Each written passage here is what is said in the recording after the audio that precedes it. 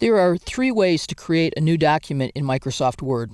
You can start with a blank document, you can create a new document based on an existing document, or you can create a document using a template from your computer or Microsoft Office Online or any one of a number of different template locations. When we launch Microsoft Word, we start with a new blank document. And we would create our new document by simply entering some text here in the document workspace. But you don't have to start from scratch. And if you already know what you're going to create, there isn't a reason to start from scratch. So let's take a look at some other ways that we could create new documents. First, let's go Backstage, click File, and choose New. And if we already have a document that's a lot like the document that we want to create, we can use a copy of that document to create a document by simply choosing New from Existing. If you have some templates that have been stored on your computer, for example, your employer may have a template for letterhead or a template for memos, a template for fax transmittals, different templates that are customized or branded to reflect your company and your company's image in the world. So you would find those under My Templates. As you'll find later in this course, you can always create templates yourself for your frequently used documents. And then there are some sample documents that are included with Microsoft Word 2010. You can also create a blog post, and if you've used some templates recently, clicking Recent Templates will return that list to you so you can choose from that list.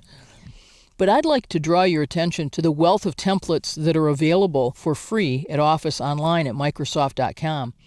Templates that Microsoft and Microsoft vendors have created, but also templates created by users like you and me who have saved some of their best work, believing that other folks may also want to create similar documents. So we have people who've created specific calendars who think, wow, this was really hard. Maybe I can save somebody else a little bit of time. So let's take a look at some of the kind of templates that are available here for you to create more complex documents. Let's say, for example, that you're asked to create an agenda and that's not something that you've typically created. And take a look at all of the different agendas that are available to you. Now, when you see a template that includes this small icon in the lower right-hand corner, that means it's a community template that was posted by another user. All of these templates, whether they were created and posted by users or whether they were created and posted by Microsoft, have all been checked for viruses, so there's not a problem with downloading these documents for your use.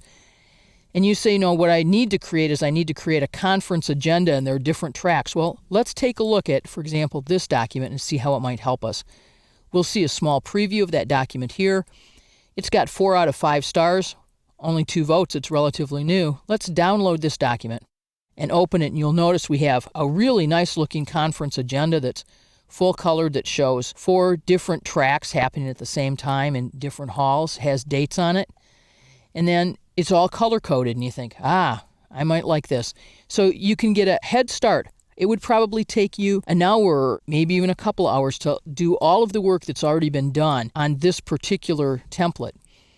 Let's take a look at some other templates as well. Some of my favorite templates are in the calendars.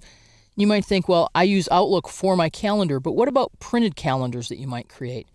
Let's take a look, for example, at a 2011 lunar calendar that we could create and add our own dates to. This is a fairly large template, so we'll wait for it to download.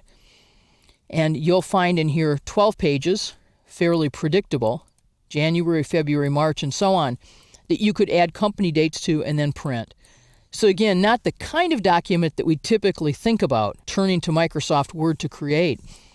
But as you consider what's available to you in Word, increasingly you'll find a use for all of these different kinds of templates that you and other users have created.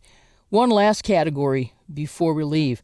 Some really wonderful planners for use in project planning and other planning inside your business. This is the kind of document you might be asked to create fairly often, and there's a wide range of different planners, from a meal planner that could be used in a cafeteria, to an academic planner, to an event schedule, to a simple weekly appointment sheet. And so if this is the kind of information that you need, you'll find that someone has already put this together for you. Again, you don't need to create the table. You don't need to put in the numbers for the times or the days of the week. You can simply take this template and create your document, having had a substantial head start provided by Microsoft and other users around the world. If you're creating a simple document, it's often easiest to start from scratch. But if you're creating a more specialized document, you may be able to save minutes or even hours of effort by simply stepping backstage and starting with a template from your computer or from the Microsoft Office site.